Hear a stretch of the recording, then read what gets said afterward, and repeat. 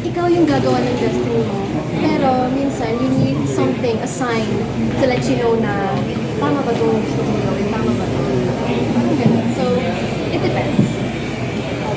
Ako naman, minsan kasi nilalatag sa atin yung pagkakataon, kaya rin hindi natin pinipili. Kasi yung chances na dumarating sa atin, yung choices natin ang maglalagay sa chance na meron. So, hindi ako naniniwala sa chance lang. Kailangan mo siyang piliin para maging mapasayo ang trabaho. Do you think mamibilis yung isa like after the Japan is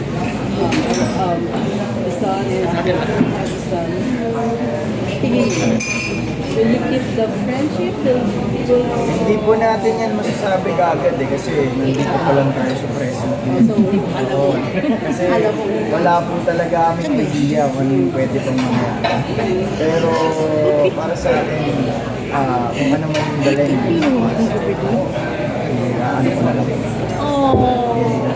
Pero ready kayo kung sakaling chances are you and I nga. Wow! Yes, that's all. That's the big question.